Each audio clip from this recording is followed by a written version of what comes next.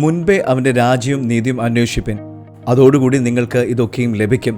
മത്തായി സുവിശേഷം 6 അധ്യായം 33 ഭക്ഷണവും വസ്ത്രവും സുരക്ഷിതത്വവും പോലുള്ള ദൈനംദിന ആവശ്യങ്ങളെക്കുറിച്ചുള്ള ഉത്കണ്ഠകളാൽ നയിക്കപ്പെടുന്ന ഈ ലോകത്തിൽ യേശു ഒരു പ്രാധാന്യമേറിയ മുൻഗണന നമുക്ക് നൽകുന്നു. ദൈവരാജ്യം ആദ്യം അന്വേഷിക്കുക. ഇത് ദൈവത്തെ ഒന്നാം സ്ഥാനത്ത് നിർത്തുന്നതിനെക്കുറിച്ച് മാത്രമല്ല, മറിച്ച് നമ്മുടെ ജീവിതത്തിൻ്റെ കേന്ദ്ര ബിന്ദുവായി ദൈവത്തെ മാറ്റുന്നതിനെക്കുറിച്ചാണ്. ഇതിലൂടെ നമുക്കെല്ലാം ലഭിക്കുന്നു. ദൈവരാജ്യം അന്വേഷിക്കുക എന്നാൽ നമ്മുടെ ഹൃദയങ്ങളിൽ ദൈവത്തിൻ്റെ ഭരണം പിന്തുടരുക, നമ്മുടെ ഇഷ്ടത്തേക്കാൾ ഉപരിയായി ദൈവിക ഇഷ്ടം ആഗ്രഹിക്കുക, ദൈവിക നീതിയുടെ കീഴിൽ ജീവിക്കുക എന്നെല്ലാമാണ്. ഇത് വെറുതെ ഒരു കാത്തിരിപ്പല്ല, മറിച്ച് സജീവമായ ഒരു അനുരൂപീകരണമാണ്.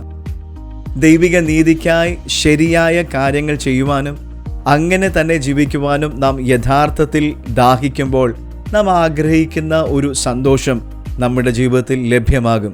ഈ തത്വത്തെ യേശു ദൈവിക കരുതൽ എന്ന അർത്ഥവുമായാണ് ബന്ധപ്പെടുത്തിയിരിക്കുന്നത്. അതോടുകൂടി ഇതൊക്കെയും നിങ്ങൾക്ക് ലഭിക്കും. നമുക്കെന്താണ് ആവശ്യം എന്നത് ദൈവത്തിന് നന്നായി അറിയാം. നാം ദൈവത്തിന് മുൻഗണന നൽകുമ്പോൾ ദൈവം വിശ്വസ്തനാണ്, ദൈവം അത് നമുക്ക് നൽകും.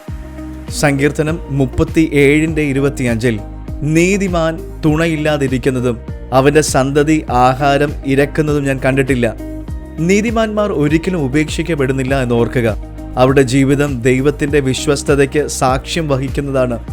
ആത്മീകമായി നാം ഈ വാക്യം ചിന്തിക്കുമ്പോൾ നമ്മുടെ ഉത്കണ്ഠയിൽ നിന്ന് വിശ്വാസത്തിലേക്കും ഭൗമികമായ നേട്ടങ്ങൾ പിന്തുടരുന്നതിൽ നിന്ന് നിത്യമായ ഉദ്ദേശം സ്വീകരിക്കുന്നതിലേക്കും മാറാൻ നമ്മെ ഇത് ആഹ്വാനം ചെയ്യുന്നു. സമാധാനവും കരുതലും നമ്മെ പിന്തുടരും. ദൈവം യഥാർത്ഥത്തിൽ ഒന്നാമതാകുമ്പോൾ മറ്റുള്ളതെല്ലാം നമുക്ക് ലഭ്യമാകുന്നു.